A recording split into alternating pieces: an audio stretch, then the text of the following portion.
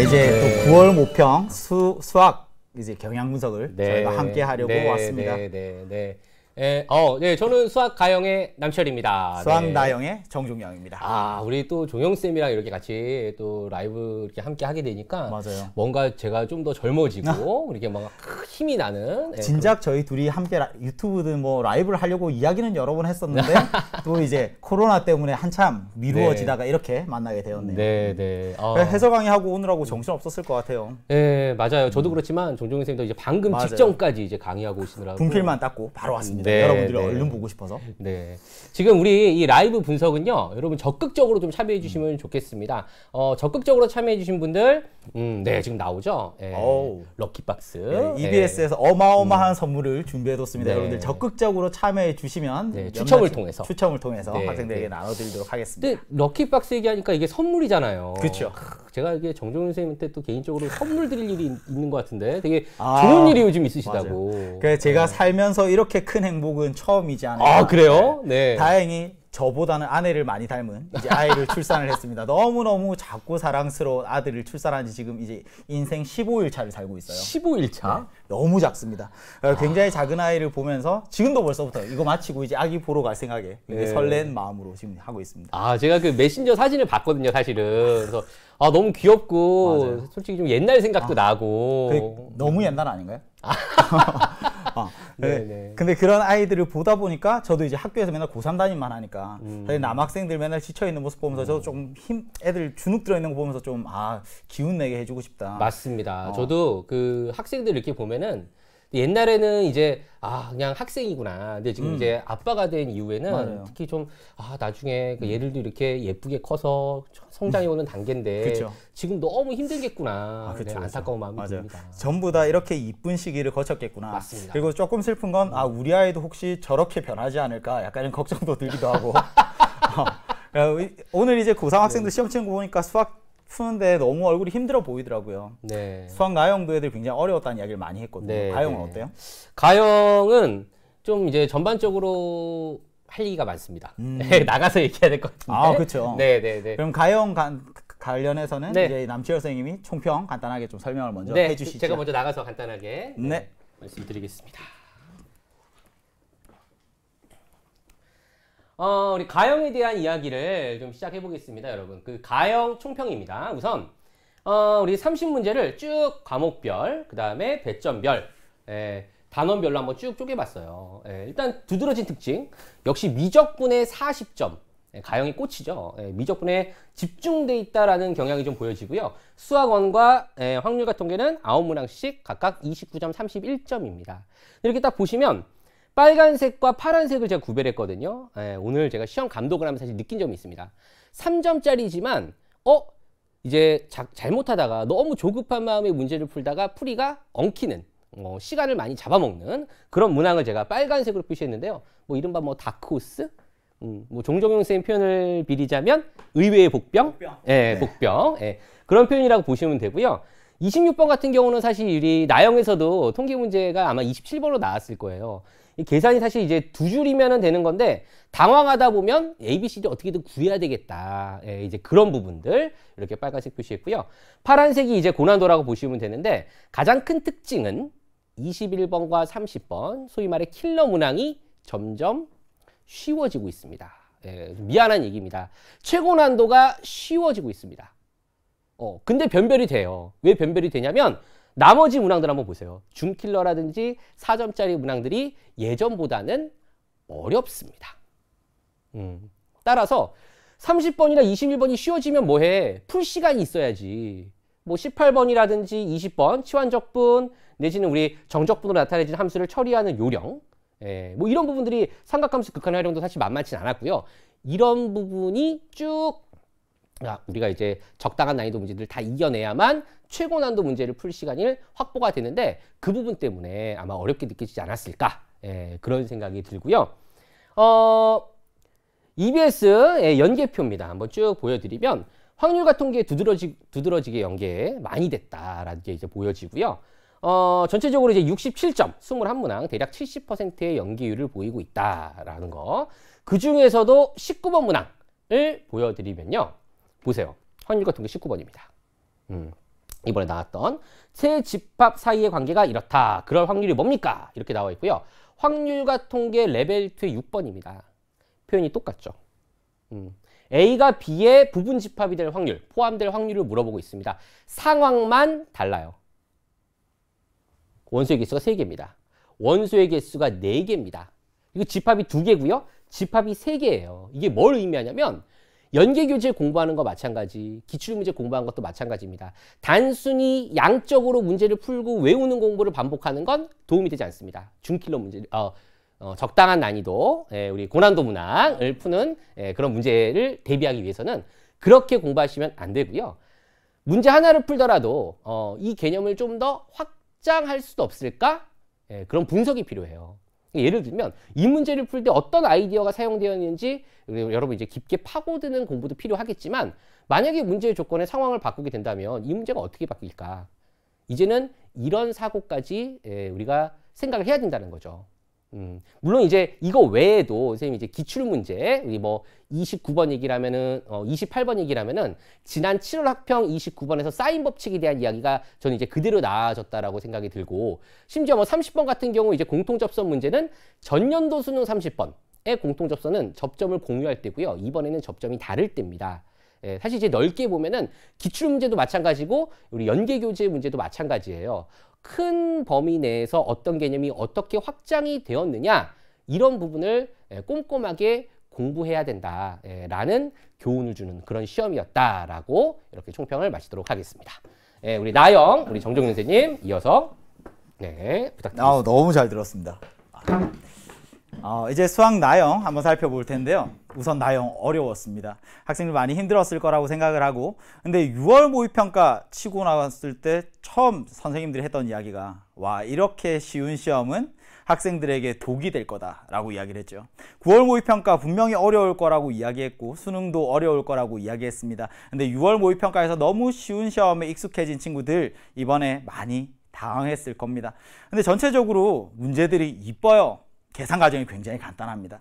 이번에 치렀던 수학 나영 문제를 보고 와 계산이 너무 복잡했어요 라고 하면 분명히 잘못 접근한 거다 라는 말씀을 꼭 해드리고 싶고 이번 시험에서 평가원이 여러분들에게 준 시그널 이제는 최고난도 문항이 수학2 미적분 문항이 집중되어 있지 않다는 것 수학 1에서 수열 문제, 그리고 수학 2에서 미적분 문제, 그리고 확률과 통계의 경우의 수 혹은 중복조합의 수와 같은 최고난도 문항이 과목별로 하나 배분이 되어 있기 때문에 어느 과목은 쉬워, 어느 과목은 어려워 라고 분류하기는 조금 힘들 것 같습니다.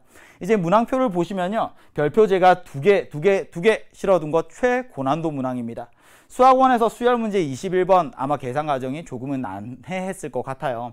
근데 미분법에서 30번 계산 그렇게 어렵지 않았습니다. 확률과 통계에서 마지막 29번도 이렇게 한 문제가 있는데요. 아무래도 수학 나영에서 중요한 건 이제는 계산 능력이 아니라 사고 구조를 만들어 가는 것이다. 한 번의 길이 보이지 않을 수 있습니다. 근데 이렇게 풀어야지 라고 했을 때 그 길이 잘 보이지 않으면 또 다른 방법을 생각해 보셔야 돼요. 그래프도 그려보고 식으로도 접근해보고 일일이 한번 나열해 보기도 하고 그런 경험치들이 쌓여야 어려운 문항들을 해석해낼 수 있다. 그래서 꼭 여러 가지 조건들을 해석하는 문제들에 집중해서 다시 한번 오답 정리를 하고 해설 강의를 꼼꼼하게 살펴볼 필요가 있다라고 생각이 듭니다. 연계 문항들입니다. 아무래도 연계 문항이라는 게 최고난도 문항에서는 연계율이 굉장히 낮습니다. 그래서 여러분들이 연계 교재만 잘 푼다고 해서 최고난도 문항까지 쑥쑥쑥 다 풀어낼 수 있느냐? 그럼 그렇진 않아요. 다만 연계 교재들을 공부하면서 그런 문제들을 사고하는 힘을 길러가는 거죠. 그리고 연계 문항에서 출제된 문항 21문항을 빠르게 풀어내야 비연계 문항 9문항을 풀어내는 충분한 시간을 확보할 수 있다. 근데 보다시피 수능 특강에서 16문항 집중적으로 연계가 되었고요. 수능 완성은 5문항, 아무래도 빈도가 훨씬 적습니다. 근데 이건 저는 어쩌면 우리 수험생들을 위한 배려라고 생각을 해요. 수능 특강이 훨씬 더 많이 나오잖아. 수능 때까지 수능 특강만 잘 보면 되겠네. 절대 그런 생각하시면 안 되고요. 아무래도 지금 시국이 시국인지라 학생들이 수능 완성까지는 다 못 보지 않았을까에 대한 평가원의 작은 배려가 아닐까. 그래서 이번에는 수능 특강에 집중적으로 연계가 되었지만 이제 수능에서는 수능 완성에서 연계 문항이 조금 더 출제될 가능성이 있다는 이야기를 하고 싶습니다. 이 21문항만 빠르게 풀어냈어도 66점이면 기본적으로 한 3등급 컷 정도 되거든요. 근데 이제 여기에서 4점짜리 비연계 문항을 몇 개만 더 맞추면 여기에서 이제 2등급이 되고 1등급이 될 수가 있다는 이야기죠. 연계 문항 하나만 좀 눈여겨 살펴보겠습니다. 연계 문항 같은 경우엔 지금 수능 완성 나형의 17쪽 문항 하나 있고요. 그리고 2021 학년도 9월 모의평가에 17번 문항이 있습니다. 위에 있는 문항 같은 경우에는 얘가 지금 사각형이에요. 직사각형에서 변의 길이들이 각각 로그로 주어져 있습니다. 밑이 루트 3이고요. 밑이 3이에요. 제곱수죠. 근데 밑은 이제 직각삼각형이 주어졌습니다. 직각삼각형에서 넓이를 구하는 것도 사실 직사각형에서 넓이를 구하는 것과 다를 게 없죠. 2분의 1만 해주면 되니까. 근데 여기에서 밑이 2로 바뀌고 밑이 4로 바뀌고 여전히 제곱수로 이렇게 나타나 있으니까요. 결국 로그로 표현되어 있는 길이들을 통해서 넓이에 대한 식을 표현할 수 있느냐. 그리고 넓이에 대한 식을 구해냈다면 이때 최대값을 구해내는 사고 과정은 완벽하게 일치하는 문제라 아마 수능 완성을 잘 풀어낸 친구라면 17번 쉽게 해결했을 겁니다. 보통 객관식 문항에서 17번이라는 문항 번호가 주는 부담감 꽤 부담스러운 번호거든요. 꽤 고난도 문항이 출제되는 문항 번호입니다. 근데 수능 완성과 굉장히 닮아 있는 모습 보이죠. 아무래도 가형과 마찬가지로 나형에서도 최고난도 문항이라고 하는 21번, 29번, 30번은 여느 때 예전의 모의고사들에 비해서 조금 쉽게 출제가 되고 있습니다. 다만 그것보다 조금 문항 번호가 앞선 곳에 충분히 변별력이 높은 이제 고난도 문항들이 출제가 되고 있기 때문에 4점짜리들 중에서 고난도 문항, 우리 최고난도 말고 고난도 문항들 좀 두루두루 연습하는 것. 그리고 이제 수능 특강이나 수능 완성에서 보통 레벨 2, 레벨 3 문제들 어렵다고 그냥 넘겨버리는 경우들 많잖아요. 근데 우리 그 한 권을 제대로 풀어내는 게 중요합니다. 그러니까 여러 권의 문제집을 풀어내는 것이 아니라 그 연계 교재를 한 번 보고 틀렸던 문제를 또다시 보고 틀렸던 문제를 또다시 보면서 최소한 연계 교재에서 출제된 문항만큼은 어떤 페이지, 어떤 문항이 나오더라도 내가 꼭 풀어낼 수 있어 하는 생각이 들어야 이제 또 다른 어려운 고난도 문항들을 도전을 하든 아니면 이제 다른 교재들을 가지고 연습을 하는 게 의미가 있어지는 것 같아요. 저도 이렇게 이제 나형에 대한 총평 간단하게 설명을 드렸습니다. 이제 저도 잘 옮겨서 치열쌤과 함께 여러분들과 함께 소통하는 시간 가지도록 하겠습니다. 아, 정말 사자성어가 딱 떠오릅니다. 아, 그래요? 아, 옛날 사람처럼 계속 이러시면 안 되는데 사자성어. 청산유수? 예. 아, 정말 말씀을 잘하시네요. 예. 아까 전에 제가 이제 치열쌤의 나이를 가지고 잠깐 놀린 걸 가지고 학생들이 막 굉장히 멘탈이 나갔어요. 막 50대가 아니냐 뭐 이런 이야기가 나왔는데 치열쌤이 30대, 저는 20대입니다. 오해 없으시길 빌겠습니다. 아, 그러셨어요? 네, 그렇죠. 아, 20대, 10대가 아니고? 아기를 좀 빨리 가진. 아, 네, 네. 이제 학생들은 좀 소통을 해볼까요? 네네. 그, 말씀하시는 동안 이제 댓글 이렇게 쭉 봤는데요. 저 이렇게 질문들 이렇게 보니까 일단은 고별 우학생의 질문이 조금 눈에 들어왔거든요. 네. 시간이 부족한데 시간 줄이는 효과적인 방법이 있나요? 알려주세요. 참 이게 어려운 질문이고 그쵸. 많은 학생들이 되게 포괄적인 질문인데 맞아요. 누구나 이거 다 궁금해하잖아요. 근데 우선은 벼루 학생에게 굉장히 칭찬을 하고 싶은 건 사실 수학 100분 동안 마지막까지 시험을 치러내는 친구들이 의외로 많지 않습니다. 그렇죠. 그래서 시간이 정말 부족하다는 건 그래도 마지막까지 이제 문제를 계속 잡고 있다는 이야기니까. 보통 저런 친구들은 3점짜리 중에서 조금 계산이 복잡한 문항이나 4점짜리 초반의 문제들에서 좀 돌아가면서 시간을 허비하는 경우들이 있잖아요. 근데 아무래도 저는 이제 뭐 개념이 부족하다 이런 것보다는 특히나 현역인 수험생들 같은 경우에는 문제를 풀어내는 요령. 그러니까 이게 모의고사에서 내 실력을 100% 발휘하기 위해서는 사실 모르는 문제가 나타났을 때 빨리빨리 체크하면서 우선 끝까지 한 번은 훑어보는 그게 중요하다고 생각을 하는데 네. 현역 수험생들이 그런 노련미가 좀 떨어지죠. 아, 아주 좋은 말씀해 주신 것 같고 그럼 모의고사로 사실 그런 부분을 좀 커버해야 되잖아요. 그게 실전력을 높이려면 이제는 모의고사를 한 주 1회, 주 2회씩은 공부를 해야겠죠. 근데 지금 저도 비슷한 얘기인데요. 약간 좀 이렇게 가형에 조금 더 맞게 조금 좀 첨언을 하자면 비슷해요. 그러니까 이제 풀이가 아까 돌아가는 게 있었다 그랬잖아요. 그렇죠. 그러니까 아까 저희가 뭐 의외의 복병이라고 했던 부분 뭐 3점이나 쉬운 4점이야. 근데 이제 이걸 가지고 학생들이 자꾸 풀이가 돌아가는데 시간은 더 점점점 가고 이게 왜 그런가라는 생각을 해봤는데 학생마다 다르지만 학생마다 다르겠지만 저는 이런 생각이 들어요. 너무 조급하다. 맞아요. 조급함이 시간이 오히려 더 부족하게 그렇죠. 만든다. 한 5초? 좋은 5초의 여유? 맞아요. 그러니까 5초, 10초. 5초, 10초의 여유가 50초 1분의 시간을 더 세이브할 수 있다. 그렇죠. 이게 그런 생각이 들어요. 지금 특히나 가형과 나형에서 저희가 공통적으로 느끼는 게 이제는 계산 과정이 복잡한 문제가 그렇죠. 많지 않거든요. 네, 맞습니다. 근데 학생들이 계속 계산을 하려고 덤벼드는 건 분명히 이제 이게 이 방향으로만 가야 되는 게 아닌데 이 중간까지 왔을 때 이걸 다른 방향으로 틀어서 생각을 못 하는 것 같아요. 저도 이제 어떤 문제를 딱 보았을 때 이게 풀릴지 안 풀릴지 판가름은 30초 안에 난다고 생각을 하거든요. 30초 안에 길이 안 보이면 우선 체크하고 넘어가고, 근데 대신에 처음에는 무조건 계산하려고 덤벼들기 전에 펜을 잠깐 내려놓고 문장을 좀 꼼꼼하게 그렇죠. 읽는 연습들. 뭐 그게 더 중요한 습관이지 않을까 싶네요. 그러니까 문제 해결에 그 우리가 그 수학 교육학에서 배우잖아요. 그쵸. 가장 중요한 단계는 문제의 이해 단계. 그죠. 그렇죠. 네. 그러니까 정리를 하자면 우선은 문제를 보고 계산하려고 덤벼들기 전에 문장을 꼼꼼히 이해하면서 읽기 위한 여유를 좀 가지는 것. 그리고 문제를 한 1분, 2분 정도 고민해 봤는데도 계산 과정이 복잡해진다거나 길이 한 번에 보이지 않으면 체크하고 넘어갔다가 나중에 다시 돌아와서 다시 한번 살펴보는 그런 여유들, 그런 노련미가 현역 학생들에게 굉장히 중요하다고 생각하네요. 진짜 좋은 말씀이세요. 이게 또 어떻게 연결이 되냐면 아까 그 시간에 대한 얘기는 결국은 이제 전체를 바라보는 그 시간 안배의 흐름이거든요. 그렇죠. 그러니까 이제 그 문제를 30문제를 쫙 봤을 때 내가 풀 수 있는 것과 이거는 풀더라도 시간이 너무 많이 걸려. 이런 거를 구별만 할 수 있다면. 맞습니다. 그죠. 최상의 아무리 시험 문제가 어렵게 나오든 쉽게 나오든 난이도에 구애받지 않고 일정한 점수를 받아내는 연습. 그쵸. 그게 사실은 중요한데, 그죠. 남은 기간에 사실 특히나 뭐 90점대를 목표로 하는 학생이 아니라면 어쩌면 이게 시간을 많이 투자해서 풀 수 있는 문제처럼 보이더라도 그 문제를 포기하면 오히려 더 많은 문제들을 풀어낼 수도 있으니까 계산 과정이 지나치게 복잡해진다 그러면 저는 과감하게 넘어가라고 이야기를 하고 싶네요. 네, 좋은 말씀. 예. 그리고 이제 또 보니까 여별민 학생이 예, 남은 시간 동안 기출 문제보다 수능 특강 수능 완성만 보면 될까요? 야, 이게 진짜 이것도 어려운 질문이죠. 어렵죠. 예, 예. 뭐 꼭 선택을 해야 되느냐? 그 이제 학생들이 이렇게 질문하는데 우리 또 입장에서는 그렇게 대답이 안 되잖아요. 사실. 뭐 이상적으로야 당연히 연계교재랑 기출 문제를 다 볼 수 있다면 좋겠지만 저는 이제는 정말 현실적인 고민을 해야 되는 시기라고 생각을 하거든요. 80일 80일이라는 게 어떻게 생각하면 80일이 긴 시간일 수 있지만 우리가 80일 전을 생각을 해보면 80일 동안 다 드라마틱한 변화, 성장을 거친 학생들은 한 반에 거의 한 명 있을까 말까 하지 않을까요? 그렇죠. 그러니까 지금처럼 80일을 보내서는 앞으로 80일 후도 저는 그렇게 희망적이진 않을 거라고 생각을 합니다. 그래서 80일을 효율적으로 쓰기 위해서는 사실 저는 기출을 우선은 먼저 보는 게 중요하다고 생각을 해요. 저는 수능 특강, 수능 완성을 앞에서부터 차근차근 공부하기에는 이미 늦었다. 근데 기출 문제를 보고 자주 출제되는 단원, 자주 출제되는 유형의 수능 특강, 수능 완성들을 좀 뽑아서 선별적으로 공부하는 연습이 필요하지 않나.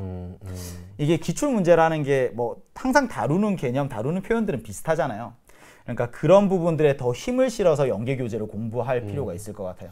맞습니다. 그 정형화된 문제 같은 경우는 어느 정도 이제 아무리 이제 문제가 참신하다고 해도 정형화된 부분은 어느 정도 있으니까 지금 말씀하신 대로 그렇게 그 대비하는 게 맞는 것 같고 만약에 이제 조금 더 어려운 문제라든지 뭐 이런 부분들은 근데 사실 이제 그런 문제를 풀려면은 이게 뭐 미안한 얘기지만 기출이나 수능 특강, 수능 완성은 다 된 상황이잖아요. 근데 만에 하나 그게 안 됐더라면 그냥 모의고사 연습을 하면서 뭐 지금 9월 모평 봤으면 틀린 문제가 있잖아요. 그럼 그 틀린 문제에 해당되는 말씀하신 대로 수능 특강, 기출, 뭐 수능 완성에 해당되는 그 넓은 범위에 중단원 이상 정도의 범위를 조금 더 꼼꼼하게 공부하면 보충이 되지 않을까. 어쨌든 1등급을 목표로 하는 친구들이라면 사실 이미 연계교재 기출 다 봤을 거예요. 그리고 저런 질문을 하는 친구라면 사실 1등급을 목표로 하는 친구는 아닐 수 있을 것 같아요. 그러면 이제 보편적으로 중간 정도의 학생들이 뭐 3등급 정도를 만약에 노린다고 하면 사실 기출 분석이라는 게 그 학생들 입장에서는 상당히 힘든 부분이거든요. 그렇죠. 수학을 잘하지 못하는 친구들은. 그래서 EBS에는 그래도 기출을 이미 분석해 놓은 강좌들이 여러 개 있으니까 그렇죠. 뭐 그런 강좌들을 먼저 듣고 이런 단원에서 이런 유형이 자주 출제되는구나 라는 게 느껴지면 그 부분만 좀 선별적으로 연계교재들을 좀 집중적으로 공부하는 게 남은 80일을 훨씬 효율적으로 쓸 수 있지 않을까 싶네요. 네. 우리 지금 학생들하고 이렇게 질문하면 받고 있는데 일단 잠깐 우리 멈춰놓고 일단 우리 또 중요한 얘기를 안 할 수가 없잖아요. 그렇죠. 좀 어려운 얘기를 제가 어려운 질문을 좀 하려고 하는데 정종희 선생님 오늘 수학 긴장하지 마시고. 너무 조심스럽네요. 네. 네. 그 수학 나형 오늘 이제 해설도 하셨고 이제 총평도 하셨는데 좀 있으면 이제 80일 후에 수능이에요. 과연 80일밖에 안 남았습니다. 수능에서 수학 나형 어떻게 출제될까요? 출제 경향. 뭐 정말 누구나 다 할 수 있는 뭐 최고난도 문항은 조금 쉬워지고 뭐 변별력 있는 4점짜리 문항이 조금 더 늘어나고 사실 이런 거 말고요. 딱 이 문제는 나옵니다라고 이야기를 하고 싶지만 이건 너무 조심스럽고. 그렇죠. 근데 이제 한 가지 좀 집중하셨으면 좋겠는 건 이제 수학 1이랑 확률과 통계에서도 어려운 문항이 출제가 되고 있는데 그게 중구난 방식으로 출제가 되지는 않고요. 항상 딱 어느 단원이 정해져 있는 것 같아요. 그러니까 수학 1에서는 수열 단원에서 고난도 문항이 나오고 그리고 확률과 통계에서는 어쨌든 경우의 수를 세든 아니면 확률을 구하든 중복조합의 수가 항상 이제 변별력이 있는 고난도 문항으로 출제가 되니까 이번 29번처럼 그렇죠? 상위권 학생이라면 수열 단원과 중복조합에 좀 집중을 해야 할 것 같다는 이야기를 하고 네. 근데 이제 6월, 9월을 보니까 올해 조금 특이한 게 사실 작년까지만 해도 빈칸 채워내는 문항들이 항상 확률과 통계에서 평균과학, 분산과학 이런 문제들이 나왔잖아요. 근데 이제 지금 수학 나형에서는 근데 6월에도 9월에도 수열 단원에서 빈칸 채우는 문제가 나오고 있거든요. 그래서 확률과 통계에서 빈칸을 채워내는 최근의 기출 문항들 말고 좀 예전에 수열 단원에서도 이제 빈칸 채워내는 문항이나 수열에서 좀 고난도 문항들도 조금 살펴본다면 좀 고난도 문항들에 대비할 수 있지 않을까 뭐 이런 생각을 합니다. 근데 이게 안 되는 대부분의 수학 나형에서 수학을 정말 기초가 부족한 학생들은 제가 이제 3점짜리들을 집중적으로 해서 3등급을 목표로 하는 집중 관리를 얼마 전에 했거든요. 그래서 그 강의를 꼭 한 번쯤 들어보셨으면 좋겠습니다. 깨알 홍보. 깨알을 잠깐 하고 3점 집중 관리. 3등급 오케이. 여기 집중 관리 한번 들어보시면 이번에도 굉장히 많이 나와서요. 굉장히 개인적으로 만족스러워하고 있습니다. 꼭 그렇게 또 얘기하시니까 가형, 빈출 4점 가형 정보. 거기에 이제 또 사인 법칙을 제가 강조했는데 이번 28번에 기가 막히게 적중. 아니 적중은 아니고 사실. 저 지금 털이 닿았어요 방금. 일단 나형의 지금 출제 경향을 말씀해 주셨고요. 제가 가형 출제 경향을 조금 이제 덧붙이자면 아까 말씀드린 것처럼 21, 29번, 30번이 좀 쉬워지고 있는 추세고 나머지 이제 어려운 문제들이 앞에서 변별을 가리는 추세다. 수능에도 그 기조를 유지할 거다라고 보여지고요. 다른 것보다 이제 6월도 그렇고 9월 모평 자체가 다른 것보다 일단 21번의 수학 1, 29번의 확률과 통계 30번의 미적분 이게 6월 모평과 똑같이 나왔거든요. 그렇죠. 어느 정도 이제 아마 정형화가 된 것 같아요. 이 정도는 정형화가 된 것 같아요. 지금 평가에서 되게 신경 쓰고 있는 부분인 것 같아요. 이렇게 세 과목을 이렇게 과목별로 분배하는 게. 근데 이제 한 가지 여러분 좀 이상한 점 못 느끼셨는지 모르겠는데 등비급수의 활용이 이제 처음 봤습니다. 9월 모평에 등비급수 활용이 딱 빠진 거를. 안 나와서 뭐지? 했는데 급수를 정적분으로 바꾸는 문제, 그다음에 간단한 급수의 계산 이렇게 두 문제가 나왔거든요. 근데 그렇다고 해서 등비급수 활용이 안 나오느냐? 이렇게는 또 말할 수 없는 거예요. 뭐 제가 또 예언가도 아니고. 맞아요. 6월 모의평가, 9월 모의평가 두 번의 시험을 보고 이럴 가능성도 있겠다라는 걸 예측할 수는 있지만 이걸 가지고 이 부분 빼고 공부해야지 이런 건 전혀 그런 부분 그렇게 공부하시면 안 됩니다. 그래서 등비급수 활용이 안 나올 거라는 오해는 하시면 안 됩니다, 여러분. 맞아요. 그래서 등비급수 활용, 급수와 정적분, 기본적인 급수의 계산. 그러니까 이제 급수라는 딱 그 테마 하나를 놨을 때 우리가 가지치기 할 수 있는 그 모든 범위들을 한꺼번에 다 이제 완벽하게 공부를 하셔야만 이번 수능 출제에 대비를 할 수 있지 않을까. 맞습니다. 그런 생각이 듭니다. 뭐 학생들의 수준에 따라서 남은 시간을 공부하는 방법들은 다 다르겠지만 이제는 뭐 실전력을 좀 키워가야 되는 단계인 것 같아요. 특히나 저는 이 현역인 수험생들과 그리고 이 졸업한 수험생들 사이에 뭐 실력의 객관적인 차이라기보다 이게 시험을 치러내는 이 노련미의 차이는 꽤 크다고 생각을 하거든요. 그래서 이제는 좀 실전 연습들을 해야 하지 않을까. 뭐 그런 부분들은 좀 어떻게 준비해야 될까요? 남은 시간 우리 실전력을 좀 더 키워야 되겠다. 맞습니다. 아주 중요한 말씀이시고요. 일단은 꾸준한 모의고사 이건 뭐 아무리 강조해도 지나치지 않는데 맞습니다. 근데 이제 가끔 보면은 몰아서 하는 친구들이 있어요. 오늘 1회 내일 1회 이거는 의미가 없다고 봅니다. 왜냐하면 시험을 하루 딱 봤어. 그러면 이제 최소한 그 시험에 대해서 뭔가 스스로 복귀의 과정과 피드백을 주고 분석을 하고 이 반성의 시간이 그러니까 최소한 문제를 푼 시간만큼은 있어야 되거든요. 맞습니다. 그래서 아무래도 뭐 더 많으면 좋겠지만 최소한 일주일에 1회 내지는 2회분 정도의 모의고사 연습이면 충분하지 않을까. 너무 중요한 말씀을 하신 게 사실 가끔 만약에 바둑을 두다가도 만약에 내가 한 판 졌다고 해서 한 판 더도 이게 뭐 10판 20판 둔다고 해도 항상 똑같은 방법으로 패배할 수밖에 없는 거잖아요. 이게 바둑은 둘 줄 몰라요. 아, 그래요? 모의고사도 똑같은 것 같아요. 네. 모의고사도 사실 10회, 20회의 모의고사를 풀어가는 게 중요한 게 아니라 모의고사에서 틀린 문제를 꼼꼼하게 다시 살피는 게 정말 중요하죠. 이게 뭐 30문항 중에 20문항 맞췄다고 20문제 맞췄어! 이 맞힌 문제에 기뻐할 게 아니라 틀린 문제 10문제 이게 나를 성장하게끔 도와주는 거다 맞습니다. 생각을 하고 그 10문제를 정말 씹어먹듯이 공부를 하셔야 됩니다. 맞습니다. 그래서 이제 그 채점하는 과정이라든지 지금 복기라는 말씀하시는 것 같은데 그 복기의 과정이 좀 이제 규칙적으로 반복이 될 것 같고요. 아마도 이제 기출 문제는 너무나 많이 풀어봤기 때문에 새로운 문제들을 이제 원하는 수험생들이 많을 거예요. 그래서 우리 EBS에서 또 이제 모의고사 시리즈가 있잖아요. 문제들 상당히 좋습니다. 제일 처음에 공부해야 되는 게 파이널 실전 모의고사. 네. 파이널 실전 모의고사는 7회죠. 그리고 난이도도 꽤 괜찮습니다. 근데 여기에서 한 단계 더 올라가면 만점 마무리 봉투 모의고사. 근데 여기까지 하더라도 충분하지만 그래도 나는 최상위권이라서 고난도 문항을 더 풀고 싶다는 친구들은 고난도 시크릿 X 좀 이따 또 들어가시잖아요. 시크릿 X 본의 아니게 또 수학 가형을 이제 담당하게 됐는데 그래서 이제 문제를 풀어보니까 고난도 문항 위주로 모의고사 구성이 되어 있기 때문에 좀 이제 많이 좀 스스로 좀 어려운 문제 가지고 하드 트레이닝을 해보겠다 맞습니다. 하는 친구들한테 좀 도움이 될 것 같습니다. 정말 그야말로 하드 트레이닝이기 때문에 이게 평가원에서 출제하는 경향과는 조금 다른 문항도 있고 계산 과정이 훨씬 복잡한 문항들도 있지만 저는 시크릿 X 모의고사 보고 나서 평가원 문제를 보면 그렇게 쉬워 보이더라고요.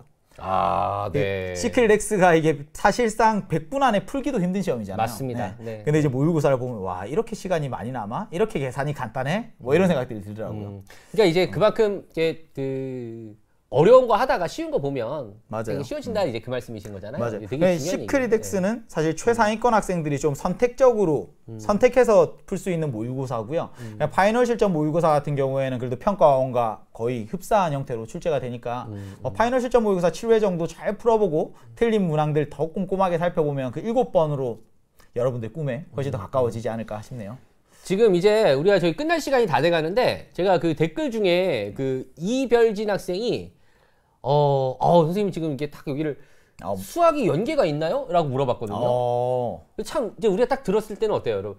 그 선생님 생각 수학이 연계가 있나 이 얘기하면 되게 길어지는데 그렇죠. 짧게 우리 또 이별진 학생을 위해서 얘기를 해주자면 제가 솔직히 이야기해도 되나요? 그럼 21문항이 전부 다 연계되었다라고 여러분들이 체감하지 못할 수 있습니다. 근데 최소한 10문제 후반, 한 17문제, 18문제 정도는 수능 특강, 수능 완성에서 풀었던 문제와 형태나 표현들이 거의 일치합니다. 그러니까 그 17문항, 18문항 여러분들이 체감할 수 있는 그 문항들만을 위해서라도 꼭 수능 특강과 수능 완성은 필수이지 않나. 그리고 수능 특강은 특히나 EBS 강의하시는 선생님들이라면 정말 혼신의 힘을 다해서 개념도 꾹꾹 눌러 담고 문제 푸는 스킬들도 다 담고 하기 때문에 저는 사실 연계 문항을 위해서가 아니라 비연계 문항을 위해서라도 수능 특강 강좌는 꼭 봤으면 지금 좋겠다. 되게 중요한 말씀이세요. 제가 잠깐 첨언하자면 그 가형 같은 경우 좀 고난도 문항 있잖아요. 이번에 나왔던 뭐 20번이라든지 18번이라든지 이런 적분 이야기.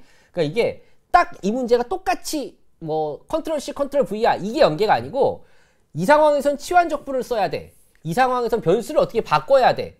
그 상황적인 판단. 좀 넓은 범위에서 보면은 수능 특강, 수능 완성뿐만 아니라 기출 문제까지 해서 거의 저는 이제 모든 30문제가 그런 범위를 벗어나지는 않는다고 생각을 해요. 근데 그걸 바라볼 수 있는 내공을 기른다면 우리 뭐 수능 대비도 잘 할 수 있지 않을까. 너무 중요하죠. 이런 말씀을 드리면서 이제 벌써 끝날 시간입니다. 지금 사실 다른 친구들은 이 시험이 얼마나 어려웠을까 궁금해하는 친구들 많을 것 같아요. 등급컷 되게 궁금하잖아요. 지금 EBS에도 이제 등급컷이 올라왔습니다. 홈페이지에 들어가셔서 다들 확인 한번 해보시면 이번 시험의 난이도를 좀 가늠해 볼 수 있지 않을까 싶네요. 올라왔어요? 네. 저도 지금 빨리 끝나고 궁금합니다. 이제 마지막으로 인사 한번 하고 헤어져야겠네요. 네. 시간이 너무 빨리 가네요. 네, 진짜 빨리 가네요. 네. 뭐 제가 먼저 할까요? 네, 먼저 한번 하시죠. 여러분 뭐 시험 보느라 오늘 정말 고생 많이 하셨고요. 일단 이 라이브 강의를 본 것만으로도 그리고 총평 해설을 본 것만으로도 이미 절반은 성공했습니다. 1위 1비하지 마시고요. 남은 기간 우리 아까 말씀드린 대로 모의고사 연습이라든지 최선을 다해 주신다면 분명히 이 결과는요. 노력을 배신하지 않을 겁니다. 힘내시기 바랍니다. 수험생활은 원래 힘듭니다. 그러니까 여러분들이 힘들어하고 있다면 수험생활 잘하고 있는 겁니다. 조금 더 힘들게 수험생활 하시고, 그리고 80일 후에 우리 12월 3일에는 지금보다 더 많이 웃고 더 많이 행복한 그런 여러분들 되었으면 좋겠습니다. 저희도 항상 EBS에서 여러분들 응원하면서 힘차게 좋은 강의들 준비해 놓고 있겠습니다. 네, 좋은 말씀. 네, 더 오래 있고 싶고 여기서 일어나고 싶지 않습니다. 하지만 인사드리고 마쳐야 될 것 같습니다. 맞아요. 네, 선생님도 오늘 너무 고생하셨고요. 네, 여러분도 다음에는 더 웃는 얼굴로 여러분들 만날 수 있었으면 좋겠네요. 네, 고생 많이 하셨습니다. 네, 네. 안녕. 안녕.